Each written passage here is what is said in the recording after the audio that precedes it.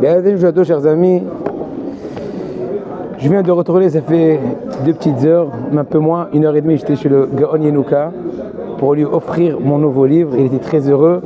Il m'a même dit, j'ai une part dedans, je t'ai encouragé. Je lui ai dit, oui, c'est vrai. Et j'ai même dit de bénir, Hachem, il a béni un de mes élèves qui est venu, qui m'a pris avec moi. Et aussi, j'ai demandé de bénir ma fille. Et il m'a dit, Hachem, c'est beaucoup. Je lui ai dit, non, que le Rav dit ce mois-ci. Il m'a dit ce mois-ci. J'ai dit à voix haute, vous avez entendu, le Rav, il a dit ce mois-ci. Et il va venir danser au mariage. Dites Amen, ils ont dit Amen, le Rav, il a dit Amen. Donc je suis très ému et je veux partager avec vous cette émotion. Et dans ce Shatraton, dans ce moment de bonne volonté d'Akadosh Baruch Hu pourvu, j'ai fait aussi à Frachat Allah ce matin en retournant. Et je prie tous les jours pour tous mes disciples, directs et indirects, soit de par mes livres, de par les cours, de par les cours audio, de par les cours visuels, de par les élèves du collège, de par les Baalei Batim, de par tous les moyens que Hachem pourvu qu'il nous fasse mériter à nous tous. Je vous bénis du fond du cœur, Yishuot, Ne'amot, et bien sûr, longue vie à notre maître Rabbi David Hanina Pinto, qui travaille dur pour nous. D'ailleurs, hier, j'étais chez mon Rosh Yeshiva pour lui amener Shlomo Inglander, Rosh Yeshiva de Bet Shemaya pour lui amener mon Sefer. Il m'a dit à 2 ou 3 reprises, passe un grand bonjour à Rabbi David Hanina Pinto, qui vous soutient, qui vous élève, qui vous dirige. Hachem, nous bénissons lui et toute sa famille. Maintenant, pour continuer un peu les propos extraordinaires du Ramchal, au moins, avant d'entrer dans le Ben Azmanim, au moins finir le premier pérec, afin que la prochaine fois, après les matzot et le maror et plutôt la fête et le pain de Emouna et de tout ça, eh ben, on abordera le pérec bet. Déjà un peu détaillé, c'est quoi la Mida de Zéhirout. Pour l'instant, on est à la fin du premier chapitre, en plein milieu en fait, de l'explication de façon générale, il dit le Ramchal, dans le premier chapitre de Messiat Yesharim, de l'obligation de l'homme dans son monde. Il te dit, si au milieu de ces paroles, où on s'est arrêté hier, il te dit en fait la généralité de la chose est la suivante. La personne n'a pas été créée pour sa situation dans ce monde-là, mais pour sa situation dans le monde futur. Seulement, le monde présent, ce monde-ci, c'est un moyen incontournable, n'est-ce pas, pour cette situation dans le monde futur, qui est le but des buts. C'est pour ça que tu vois plusieurs phrases, paroles, expressions de nos sages de mémoire bénite, que tous ils ont que toutes ces paroles-là, toutes ces idées-là ont le même but, le même genre d'expression. Que quoi? Ils font ressembler ce monde-là à l'endroit et le moment de la préparation, et le monde futur de par ailleurs à l'endroit du repos. Quand je dis repos, c'est pas dormir. Repos, ça veut dire on est en train de cueillir ce qu'on a semé. On cesse de progresser, à moins qu'il ait laissé des talmidim dans ce monde-là, que de par les actions de ces talmidim qui sont en train de progresser, ils le font aussi progresser. En tout cas, c'est le monde de la menoucha, du repos, dans le sens que je viens d'expliquer, et de manger, de consommer, de profiter de ce qu'on a déjà préparé, le fruit de notre travail. Et ce qu'ils ont dit nos sages, ce monde-là ressemble à un couloir, comme ce qu'ils ont dit dans Eruvin Kavbet, Hamoud Aleph. Qu'est-ce qu'ils ont dit dans Eruvin Kavbet, Hamoud Aleph, comme ça. Aujourd'hui, faire les mitzvot, demain recevoir. Non, ça c'est... oui. Dans Eruvin Kavbet, Hamoud Aleph, c'est par rapport au poste d'or, au couloir. C'est pareil dans Vatazara, Daf Gimel Hamoud Aleph, c'est marqué aujourd'hui, il faut faire les mitzvot, demain recevoir leur salaire. Une autre phrase de nos sages dans Kolet Rabbah, celui qui a travaillé dur la veille du Shabbat, dit la veille du Olam Haba, il mangera le Shabbat, donc le fruit de son travail. Et celui qui a pas...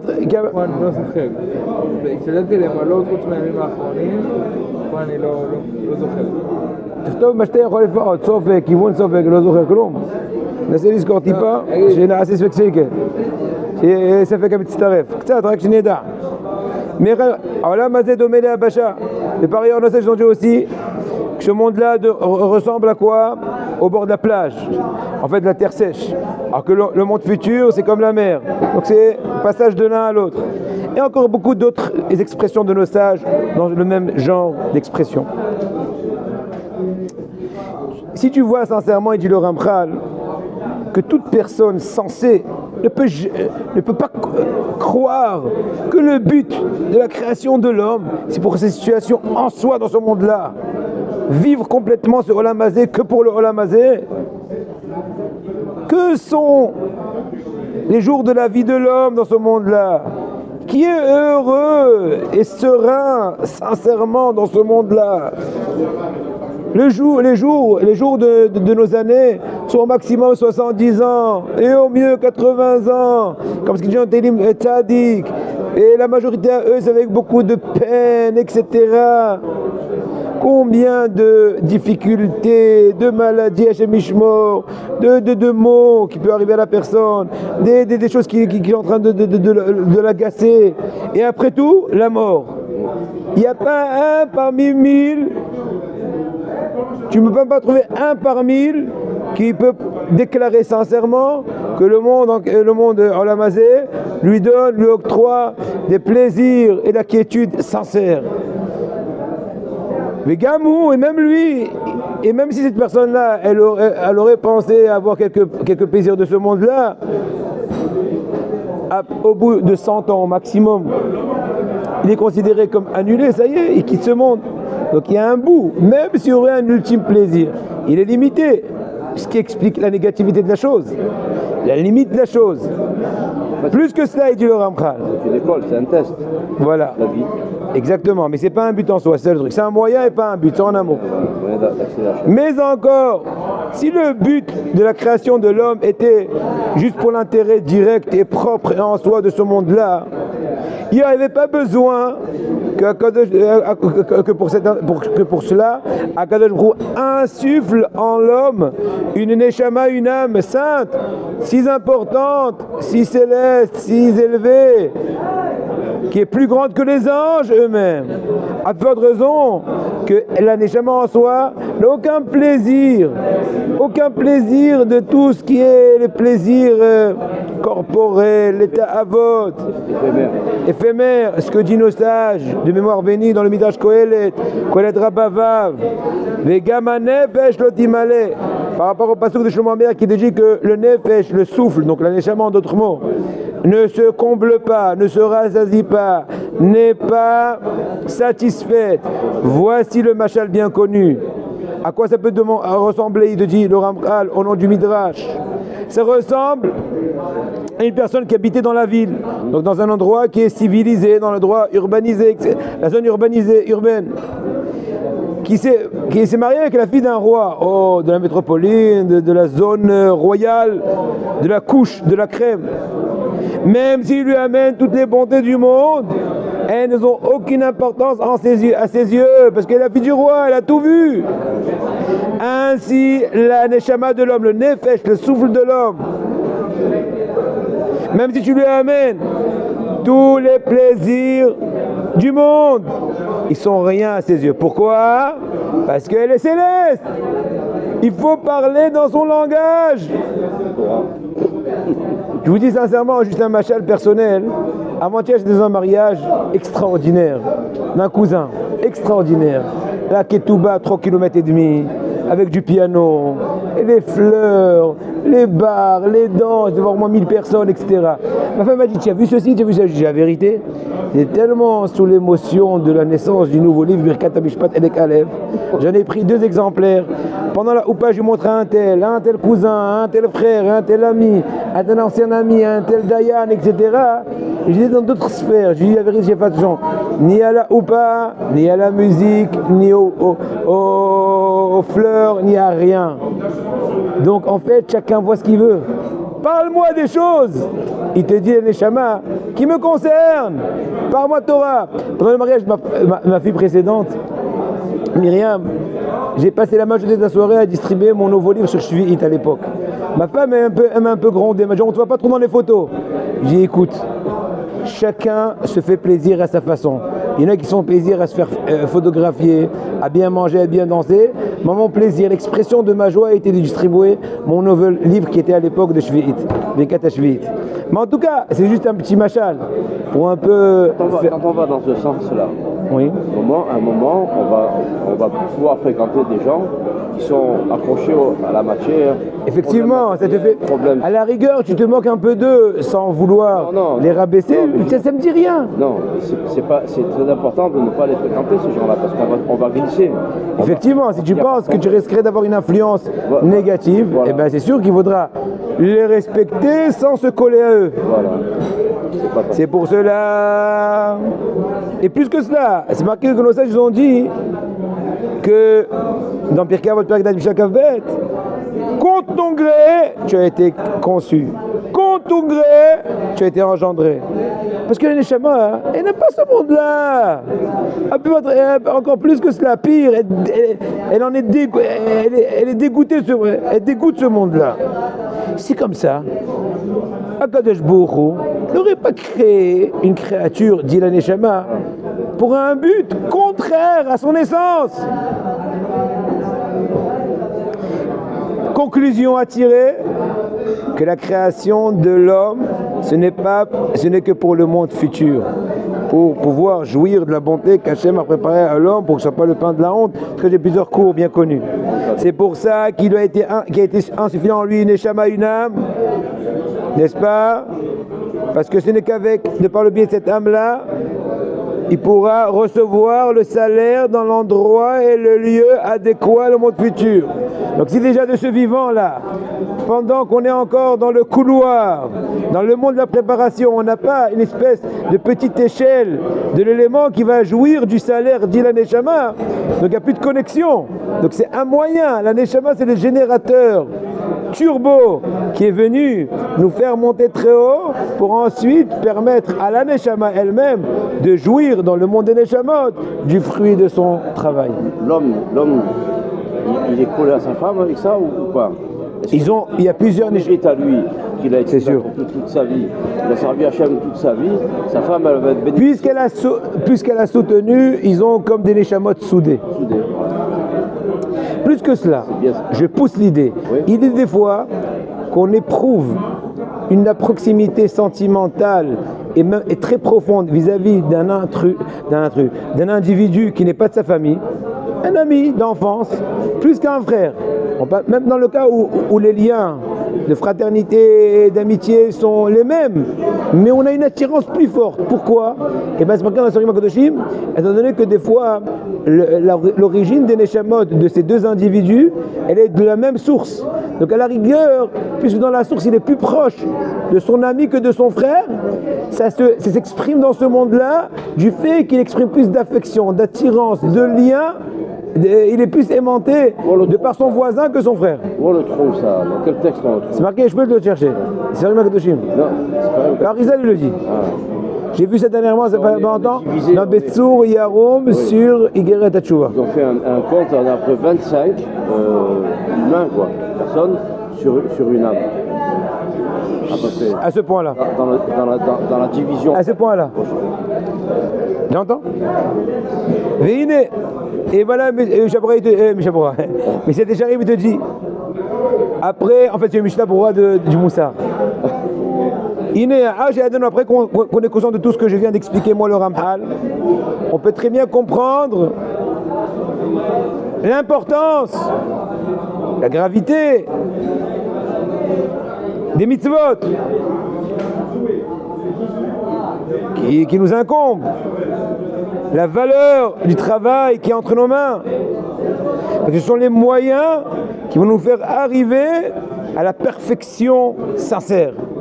Sans cela, on ne pourra pas arriver. Des efforts. Qui dit mitzvot, dit neshama, dit spiritualité, dit préparation au monde futur, autrement neshama souffre, etc. Et bien, et un chant. Pendant 80 années, l'Anshama souffre et pleure pour rendre service à son prochain. Aime-le de tout ton cœur et les cieux s'ouvriront et vite tes prières seront exaucées. Le Oulam Yadoua qui en atachlit magia, par contre, c'est bien connu, dit le Ramchal, qu'on peut arriver à un but que de par la concentration de tous les moyens de façon maximale vers le but voulu, qui vont le servir à arriver à son but. Et plus il a investi en intensité, en quantité, en qualité, il concentre ses forces vers ce but-là, ainsi il arrivera au but qui est ultime. Et toute petite défaillance, tout petit manque d'effort, erreur, défaut dans le rassemblement de ces points communs au début, eh ben, le résultat ça sera beaucoup plus grave dans les mondes célestes. Grave ou plus grand? Plus grave. Plus grave. Imaginons, si tu fais manquer 1 gramme ici, ça va être là-bas 1 tonne. Pourquoi? C'est comme quand tu es au bout de la tour Eiffel. C'est très haut, tu vois. Chaque petit millimètre que tu bouges dans la loupe ou dans la jumelle, tu bouges des kilomètres dans l'horizon. C'est la même chose. La même idée. Au moment où viendra le but des buts, eh ben on verra des fois des conséquences incroyables. On n'aurait jamais rêvé la proportionnalité des choses, l'aspect exponentiel de la chose. Mais maintenant si on comprend très bien, si on est conscient de tout cela, combien il faut être pointilleux sur chaque sujet des mitzvot du service à Kadosh Baruch Hu. Il faut être encore plus pointilleux que ceux qui pèsent de l'or et de l'argent. Chaque petite erreur dans la balance d'or te fait perdre des millions des fois. Et en fonction de cela, tu auras la chose la plus chère dans le monde futur, etc. On apprend de tout cela. Il conclut le Ramchal, ce premier pérec parmi les 26 prakim de Messiah Yesharim. On apprend de cela que l'essentiel raison pour laquelle l'homme se trouve dans ce monde-là, c'est que pour accomplir les mitzvot et servir à Kadosh Baruch Hu et tenir bon devant toutes les épreuves, les plaisirs de ce monde ne doivent pas être pour nous qu'un moyen, une aide, juste là, pour arriver à faire plaisir à Kadosh Baruch Hu. Des fois on en a besoin pour avoir un peu l'esprit tranquille, pour pouvoir mieux entre guillemets fonctionner devant Kadosh Baruch Hu. On est humain en fin de compte. Et tout ça c'est pour être complètement, comment dirais-je, concentré dans le service à Kadosh Baruch Hu qui nous incombe. Mais même quand tu manges ou tu dors, etc., tout ton but c'est pas de dormir pour dormir. On mange pour manger. On mange pour avoir des forces pour servir Hachem. On dort pour être plus éveillé, etc. Bigavot. Gadol. Toute action que tu fasses, grande ou petite, il faut avoir l'intention de s'approcher d'Hachem de par le biais de cette action-là. Et de briser toutes les barrières qui tranchent entre nous et notre Créateur. Toute la matérialité, tout ce qui en dépend, jusqu'à qu'il arrive au point d'être aimanté et attiré par rapport à Kadosh Baruch Hu, comme ce que l'aimant attire tout objet métallique. Il te conseille de dire le Ramchal. Et tout ce tu peux penser qu'il y a un moyen de te faire approcher à Kadosh Baruch Hu, il faut courir après lui, l'attraper fort, ne pas le lâcher. Et à l'inverse, tout ce que tu peux penser qui va te faire échouer l'approche d'Hachem, se sauver de lui, comme ce qu'on se sauve dans l'incendie, comme ce qui est marqué dans le Tehillim. David Amelach dit dans Tehillim Samer Gimel, Davka nafshi arecha, mon esprit, mon âme s'est attaché après toi, vers toi. En moi, m'a soutenu, ta main droite m'a soutenu. Étant donné que le but de notre venue dans ce monde-là n'est que pour ce but-là ultime de Vani Kirvat Elokim Litov, pour moi le mieux c'est d'être proche d'Hachem.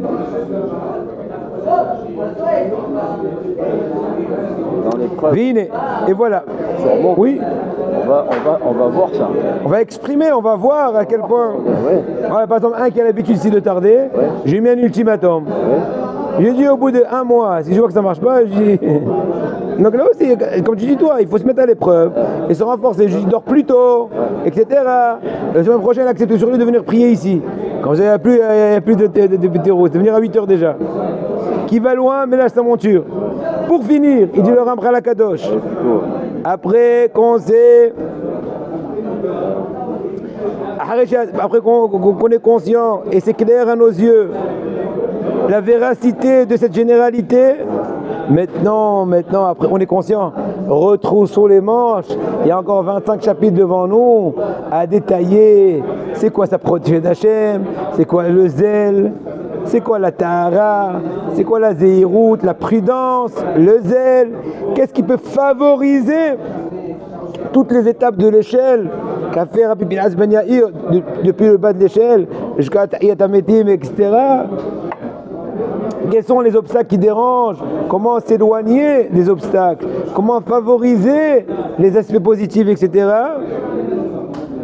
Maintenant, je vais vous expliquer tout, il dit le Rampral, degré après degré, depuis le début jusqu'à la fin, selon l'ordre que Rabbi Pinhas Ben Yair a dit dans Torah M'Ve'edeh Zeirut, Zeirut, Zerizut, etc. C'est l'époque du Hakadosh, ça. Hein? C'est l'époque du Harizal. Qui? Le Ramchal? Oui. Non, un peu, 100 ans après, plus ou moins. Donc la Zeirut, la prudence, la Zerizut, le zèle, l'Ekiyut, la propreté, idéologiquement parlant, la Périchout, être retranché, encore une fois, de tous les plaisirs du monde, la pureté, pas juste la pureté du mikvé, mais la pureté dans les midot, etc. La Hasidut, la piété, faire encore plus que la limite ilchatique, la modestie, la crainte de la faute. Tellement on a peur de fauter, donc on devient comme, entre guillemets, obsédé de la faute, sans être vraiment Hasbe Shalom. On a tellement peur.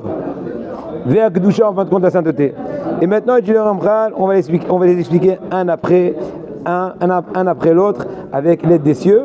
Et je vous invite, Be'ez Hashem, à cela, le mois prochain, au début de Iyar, ça va être un dimanche, le début de Iyar, parce qu'entre-temps, je ne dis pas qu'on sort en vacances, je ne dis pas qu'on cesse d'étudier, on continue d'étudier, mais à Bnei Brak, chacun chez soi, on aide aussi un peu, on reprend des forces, dès aujourd'hui. Dimanche, chacun va aider à la maison, déjà Josh Hodesh, Bekata Ilanot, le Moussaf, aider à la maison, étudier, Kovash, je quoi.